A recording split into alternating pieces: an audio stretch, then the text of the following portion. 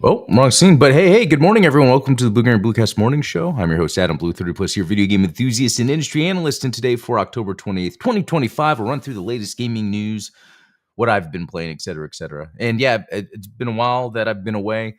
Friday, went out of town in the morning, go to North Carolina, visit family, do a Gundam Explain meetup, and go to Limited Run Games because they're located right next to my dad to kind of look at they had Kuzo. Oh, I forgot his name, and I'm not gonna try. They had Japanese developers and composers there that you could meet. So that was pretty cool. Although, so it's kind of weird how that turned out. One by one, people that were going to meet up for the Gundam Explain meetup just sort of canceled to the point to where there was just only one guy that was going to go, and then uh we were just like, yeah, it's not like it's about just seeing me. It's about all of us meeting up. So we just decided to cancel. I thought that was a little odd. I mean, it started with 7 people and then it went down to just one. It's a little disappointing. And then went to Limited Run Games in the line. Look, this is more on me at this point. The line for going into Limited Run Games was insane. It was outside the building. I have a video of it. And I was like, as much as I love video games, as much as I would like to meet this guy, I'm not the type to stand in a line for an hour or two to wait for something. So it's kind of weird how this weekend went from going, to Limited Run Games, Gundam Explain meetup to none of that. But that meant more time with family, and it was really nice actually being with I brought my youngest with me because he hasn't been on a plane ride. So it was my youngest to go see my dad, my brother, nieces. It was a good time, really good time, and got some gaming in while I was there. So I'll talk about that here in a second. Hey, Jonas Hassan, good to see you. JMKLX, good to see you guys. All right, so let's get started with what I've been playing. Let me get that loaded up here. Click. Okay, there we go. Last night, I got back yesterday from being out of town, and then that night, my wife and I sat down and played some Sonic Cross Worlds the first time since Thursday, the day before I left. So I actually completed the game for real because there was this end credits that happened after I beat the last rival. There's 23 rivals, and when you beat the last rival, it unlocks Super Sonic as a playable character, but only in Grand Prix, which is a little weird, but okay. And then the credits rolled. And I was like, whoa. And it's interesting because it was like showing scenes from previous Sonic games and the Sonic music. Like it was showing Sonic Adventure with Sonic Adventure. Like it was really trying to get at you if you're a fan of Sonic Adventure and all that. Great game. Sonic Racing Cross Worlds is a great game. I still see myself playing it. I think there's one track that I need one more red coin and then that's done. Plus there's other DLC that's coming out. So Joker from Persona, I'm not too familiar with, released with his vehicle. And again, it's like I don't know the character. And characters also don't have any strong identifiable abilities when you're playing. It almost doesn't matter. I mean, it kind of does based on play style. And so I just tried him to try him, and you can't really tell. I won first place and got Supersonic. So it's like one of those things that doesn't really matter. But I got to say, I really like Sonic Racing Cross Worlds. It's also selling very well, and it just has overall very high review scores. So 17 hours and 36 minutes to beat the game and play some multiplayer online to do some of the, what are they, festivals? I think it turned out pretty good. Great game. All right, Castlevania Advanced Collection. So I know I was streaming Order of Ecclesia on here last week. That's from the Dominus collection. It's Halloween, and I really felt like it's appropriate to play a Castlevania game, and even though I do all the time. Anyway, and this is the reason why, because I got the Super Deluxe Advanced Collection, which I have a review that I've already edited. I don't think I edited. Did I edit it? No, I have a review I haven't edited yet. That will be up. It's just like I did for the Dominus Collection Super Deluxe Edition, except this is for the Advanced Collection. And because I had that, I was like, well, this is from Japan, but let me see if I can play it on my Switch. And sure enough, you can. It's the Japanese version, but it plays in English and everything. So I jumped into Harmony of Dissonance, which is like an interesting favorite of mine because I feel like it plays like an old school Castlevania that they tried to make into a Symphony of the Night like, whereas Circle of the Moon before that I felt like was them just trying to make a Metroidvania. Like, I feel like I'd like to break down how these feel because these are some of my favorite games. Anyway, not only was I playing that a little bit yesterday, but I was playing that on the plane. I guess you could really say that I've played 4 hours of Harmony of Dissonance because that's really the only game I've played from the Switch version of the Advanced Collection. Like, I beat them all on Steam or emulator. Like, if I do Harmony of Dissonance, there we go. So that's me playing on an emulator. Too bad it doesn't have the amount of time, but I bet I could load up my emulator, see how much time I played in the save file, which I have to find out which device I have the latest save on. It could be on this computer actually. Yeah, last played. So I have to look at where I last played it last year, May of last year, and then see how much playtime I had so I can enter that in. Didn't get all the achievements, but I'm going to try to do that with the Steam version. Anyway, it's really cool to see that. So yeah, and then on the plane, I was playing it. It was like perfect for the plane, playing Harmony of Dissonance. Teenage Mutant Ninja Turtles Splintered Fate. My brother had been wanting to try that. I was visiting him. He's an older half brother. And so I brought my Switch. Yeah, he was playing it. My son brought a Switch. I was going to say his Switch is actually my other one. But didn't play it. Didn't play it at all. He was playing some mobile games. And then Ninja Gaiden 4. So, look, this is an example of why I like the Microsoft ecosystem. I was at my brother's house, just loaded up my profile, played Ninja Gaiden 4 very easily. And I was showing him, hey, dude, you could just do this Xbox remote play and play it. And then he literally was on his phone setting it up, and we're seeing it on the Xbox. It's just, and we'll get to it in a second. It's just very interesting. Again, this negative commentary that comes out about Xbox and where people are like, who does this? And it's like, yeah, if you're a journalist that you're just covering these things and you're in a specific at a desk all the time sort of mindset with your own, you might not understand how expansive Microsoft has made their gaming ecosystem. And it also shows just how gatekeepy a lot of gamers are because they feel like, no, Xbox should be its own thing. And that's not good for games. It's not good for games. Microsoft has never been like that. Microsoft put their OS on any PC back in the 80s when that was unheard of. So, I mean, really, this is just anyway, we'll get to that later. That it just, and I'll explain why it bothers me here in a little bit. But I think that's it. I think that's it for what I was playing. Not a lot, but not a little. It was nice getting the playing in that I did. Real quick, Jonas, and about Halo in the future going forward in multiplayer, I want all of the Covenant species playable in multiplayer. That's a good idea. They should do Halo like Battlefront, where there is a bigger mode where you have maybe Spartans and Marines, and maybe they have different loadouts, and then you have, the different species of the Covenant, and then you have like large maps with vehicles and everything. That's a good idea, Jonas. I hope they do that. Okay. Oh, Jim Tillix just beat Ninja Gaiden 4 on Sunday. My hands hurt now. Oh, okay. Now you've got me to need to go through it if you've beaten it. I myself haven't got far into it. I think it even shows me my playtime, 52 minutes. I was watching my brother. He's a lot further. It was cool watching it. I mean, it feels like a platinum game. It's great. All right, so first of all, I just wanted to talk about that limited run thing again. Like, I went there, I was excited to meet some Japanese video game developers, but when I was there, the line, it was on the second floor of this building. It had an external staircase, kind of like a plaza area. People were wrapped around, going down the stairs, and even on the other side, I saw people that were up.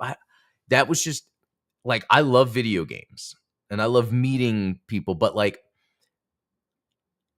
that was just so much time that I would have had to just sit there and wait. And what would I got out of it? Yeah, maybe a connection with, I don't know, but it's interesting how I am about this stuff. The same thing happened when the Gundam-based mobile tour came, and I went with my friend Andrew, which thankfully he got out of well, not out of the hospital, out of surgery. He had surgery, cancer. It seems like things are going good. Um, but we went to the Gundam Based Mobile Tour, and when we got there and we saw the line, and we're both like, "There's no way we're going to be standing out in the heat, this line." And then, I don't know. Because here's the thing, I don't want to take away from people that like to stand in lines for things. Like, I feel like maybe that's part of the enjoyment. I have never enjoyed standing in a line for something. Sometimes if my wife wants to get Starbucks and we drive by a Starbucks and there's a line, I'm like, it's not worth, I don't know. I because originally I wanted to get to limited run games early they had some free stuff to give out, but yeah, I don't know. I think that's a personal issue with me in being in lines. So, all right, let's move on to some news. So free to play battle royale Battlefield Red Sec announced. So basically, in the new Battlefield 6, right? It's 6. Am I forgetting? Yeah. They're going to have a battle royale mode. Now, you would think by now they wouldn't do this, but maybe they've had a good idea. And you know what? It's cool to throw neat multiplayer ideas into games that are out because you never know what will stick. I haven't even bothered with Battlefield. It's like I kind of want to play it, but with other things I could be buying, it's like, well, buying and playing. There's the money and the time. That's why games have to be really good. Anyway, this is really cool. Let's see. On the 28th, let's see, at 10 a.m., so a little later today, they'll have a gameplay trailer. And it could be cool. I'll be checking it out to see just in case. And it's free to play. So think about that. It's like this is a free to play portion of Battlefield and get people to play Battlefield. So yeah. And I'm interested. Let me know if you guys are. Jim Killex, Adam. Lines are just the game dialogue of real life. I get it. That's pretty good, actually. And it's funny because I guess I pressed start when, like, for instance, at Anime Frontier last year in December, I emailed them like, hey, I have a Gundam YouTube channel. Can I get a pass to get in? And it worked. I don't do that all the time. Like limited run games, maybe I should have messaged and be like, hey, I have a blue game. Nah, I don't. Not yet. Anyway, that's Battlefield. Okay, Phil Spencer, Xbox isn't mandating AI for creatives and is seeing good growth in Japan. So this is pretty interesting because I like AI. I use it all the time. I feel like it's a really good foundational thing to use when you're first engaging in a project. And it's not that you're asking the AI to complete the project for you. You're using it as sort of a tool to assist you in gathering all the relevant data, look for things maybe you're not focusing on, etc. So it's interesting that they're not mandating AI and it's saying creatives. So I think that's probably the best way to go about it is because for people that want to create something, whereas if you have people in other roles, and that's the thing, and I'm seeing that in the company I work for. There are so many different roles you can have in a company where AI can help. And when we say AI, I wish there was a way to like agent based, I don't know, co-working. Because it's really like having an assistant with you that can do things. It's just that if you rely on it, it's let's put it this way. Let's say instead of AI, it's a friend of mine that I'm like, hey, can you let's do this work for me? Do it. Okay. You can do it. Okay, and I'll turn it in. And then it's wrong. Well, I relied on someone else to do it. It's the same thing with AI. You can have AI help you, but you can't deliver the final product. I'll put it another way. It's just it's no different than Google searching, finding the result, and then copy and pasting that result to whoever needed you to do work for them. Same thing with AI. You're not going to copy and paste the AI. So anyway, for that, I think it's pretty cool though that Phil Spencer is not mandating it. But also I think it's a good idea. It's good that we're seeing growth in Japan because, for me as a gamer, I feel like I tend to prefer and like games from Japan more, games that are developed in Japan. I feel like, as video games were becoming a big deal for me when I was younger, I realized I gravitated more toward the type of challenges and art direction that came from things that were Japanese made. Not that that's it and only it, but yeah, it always is. Like the shmups. Castlevania, Mario, Sonic. Even though America had its hand in some of the later Sonics. Jonas, I never heard about Wolfenstein 2 going to Switch now. It's been 8 years since the release of the Switch, but imagine Wolfenstein 3 going to 10th gen and skipping Nintendo Switch 2. Yeah, I don't know, but I was hearing more things about other games coming to Switch 2 that people didn't expect. In fact, Star Wars Outlaws runs well on the Switch 2. But what I think was going on was the cost of this development kits, and that Nintendo didn't have a lot of development kits. And when I'm looking at games that have come out on the Switch 2, games from bigger publishers might get upgrades. The smaller games haven't yet. So I think it's just there's almost this tightening around dev control Nintendo has this time around. But I think that's delayed some high-end games from coming out. Xbox finally making more headway in benchmark markets is pretty cool. Yeah, and I think they deserve getting that because I think the whole time since the Xbox, Microsoft has always tried to make it where it still had that Japanese essence of gaming.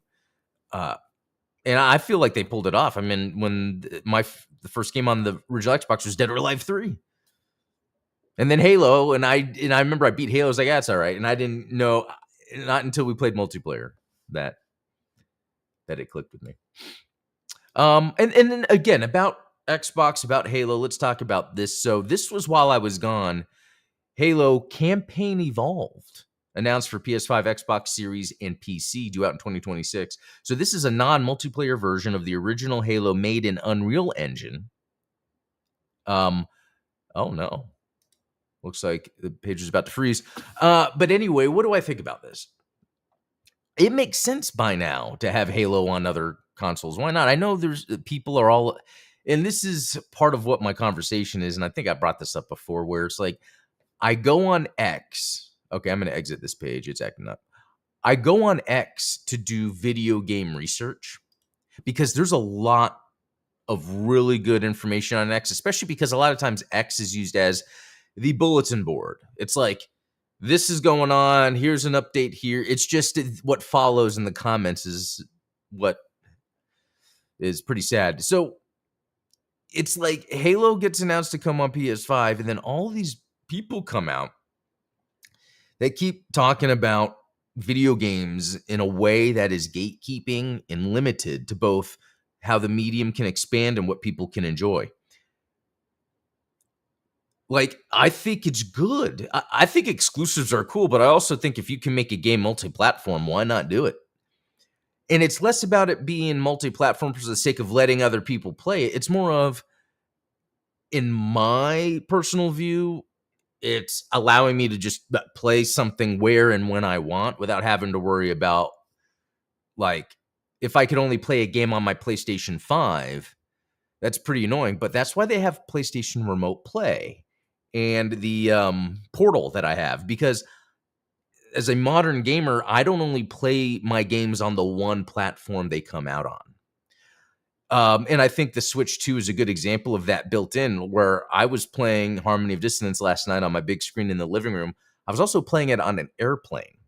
And that's what Microsoft is doing with Xbox. They're like, we know this is what's going to keep. And here's another good example. When you're giving the consumer a lot of choices and options to be able to do what they want, that consumer becomes more of a lifelong member of, I guess, that market. Like, you're going to have a lifelong fan's not a word, but a trust, But if you're a company that's kind of holding back on that, and you might be like, well, that seems a little gatekeepy, I'll move on to where it's a little ease of use, right? And there's a difference between the rabid Xbox fanboy on Twitter and the general population. And one major thing I saw when I was looking at this was how people were saying, and this has to do with, like, what Microsoft is really trying to do is make it where, and right now it's like this, all the consoles are pretty much PCs, right? That's why Sony can quickly port their games to PC. And that's what's interesting for someone like me, If Sony exclusive games are going to be playable on other platforms, then it's not going to be about me having to be a Xbox or Sony fanboy, because I know that I could play these games wherever. I'm not locked into an ecosystem. It's just like if I wanted to watch Blade, one of the greatest movies of all time, 1998-99, Blade, Wesley Snipes. You can watch it on your phone, you can watch it on TV, you can watch it on an Xbox, you can watch it on a PlayStation. And no one's saying like, oh, New Line Cinema is making it where I can watch Blade on another, how dare they? And it's such a weak argument. The other part of it too is how the gaming industry started when it did compared to movies. See you later, Chris. For instance, like we've had movies that have, back when they were only seen in the theater on film reels, and then they were like what, Super 8, I don't know, the different, you would have the film reels at home, eventually Laserdisc, VHS. Just how can we get this to people? And it's interesting that while that's going on with games, then you see people that take the sides, and that goes to the other point. It's what we see in politics. It's why I avoid politics. People, for some reason, have these strong opinions to have to be on a side of something, even with very limited info, even if they do come off gatekeepy. It's very interesting. So the console wars in the 90s were fun. And maybe because I had both Nintendo and Sega, but still, the console wars are fun. No one was really talking crap. I think that started with Xbox and PlayStation. But nowadays, it's so bad on Twitter. When I'm jumping on Twitter to kind of do my research, I'm coming across all these really bad takes. It's like I hope that these bad takes that pervade social media are not what then these companies are using to dictate how to move forward with the industry. And that's why I don't think they are, because I think that's why people are complaining all the time, because people just don't get it. And again, it's, how much of it is someone bought an Xbox, that's all they can afford. But I don't know what the problem is, because if you are part of the Xbox ecosystem, your library is pretty safe. Hey, Midnight Hatter, good to see you. You will own no consoles and be happy. Let's see. Like Kyle says, it's the religious consumerism. They have to pray to the console of choice. Yeah, it's a very interesting thing, because I had never fallen into that. And I didn't even have the first PlayStation at first. And I was like, man, look at those 3D games. And it's like I wanted to play that. And eventually I did, but there was not a time I was like, well, there are some things about PlayStation I did not like, and I've talked about that here, where they kind of introduced more of the mainstream angle, but still on PlayStation, it had the awesome next-gen stuff I wanted to see. So I guess, what am I trying to get with this? Part of me is just venting sometimes, like when I go to research video game information, and I use X because it's a good resource. There's a lot of just junk on there, and it's sad, but maybe it's necessary. I don't know. But on the other hand, like I feel like the video game industry is moving in the direction that's obvious. Since 2014, Xbox or Microsoft has stated this is what's going to be happening with the video game industry. So I don't know. Again, just this weekend was a good example of things being across multiple platforms is great, because I can easily play any game anywhere. Yeah. So, all right. Got that out of my system. I tell you, oh man, when I am just researching things on X and then the things people say, and it's like that. No. Anyway, this looks amazing. I only know about this because David Jaffe posted it, because he says this feels like the God of War that, he had created. And, the new God of War games have kind of changed to be a little different. This game looks great. It's called what, Lulan or something? Lulan, the Cursed Sand. And I think it's based off of, if I'm not mistaken, they're called the Tarim Mummies. It was, if that's the right one. I guess just the developer saw the mummy and wanted to base sort of a story off of what he saw. He was inspired. I think that's pretty cool.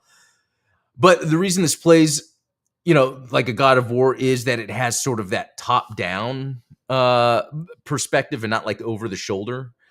And the reason why I like that perspective so much is because it allows you to really get a good sense of your character and all around. When you're playing like the God of War 2018 or whatever, where it has that third person over the shoulder camera, it's a little slower paced game. This, oh man, like looking just how cool all the differences is here. Apparently, you're a skeleton, and some of your powers include like using the sand to form like a skin over you, and then you can attack that way. I don't know.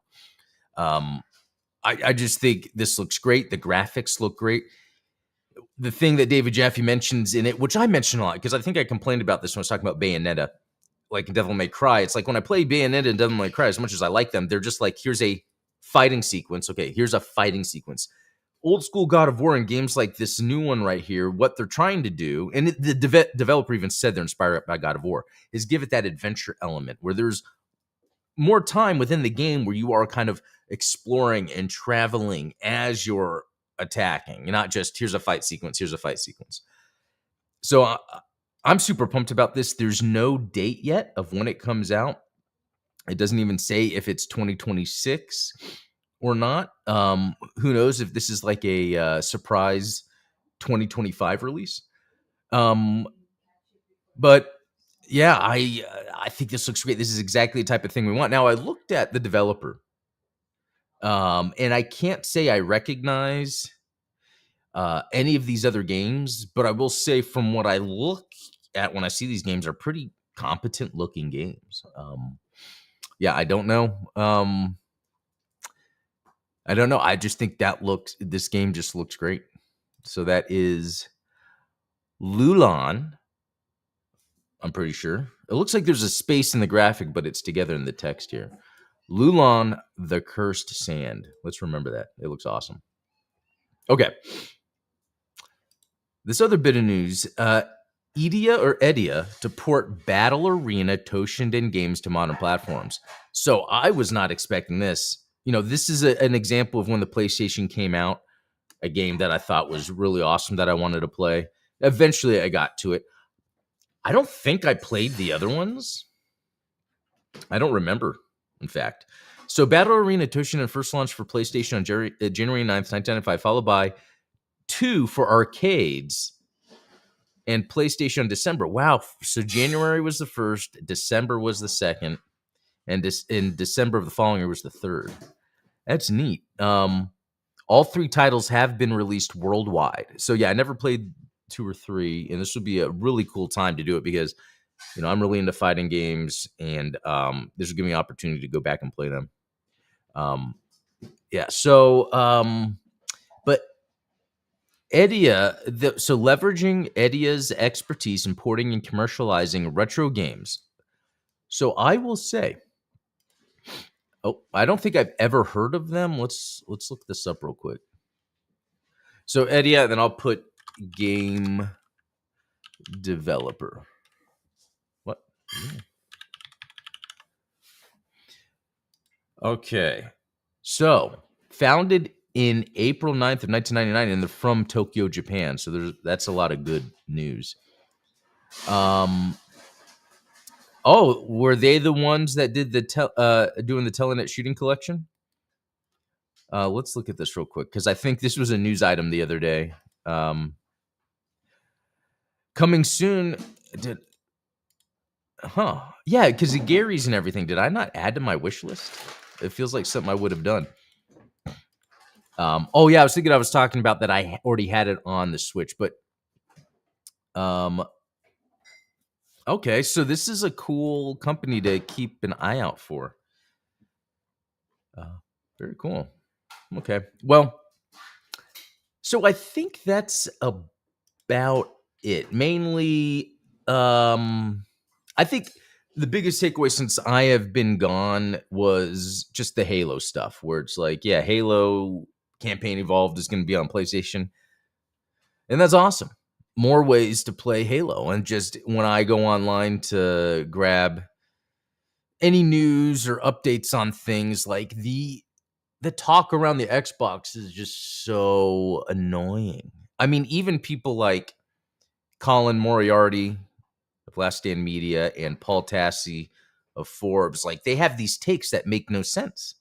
And the thing is, they have a lot of reach. So then they're like stating things as fact. Like both of them not knowing who this, the Xbox is for, that Xbox ROG Ally. Well, it's for, I mean, it's Microsoft is setting themselves up. They did this in the 80s with their operating system, and that's why they're popular today. So they know what they're doing.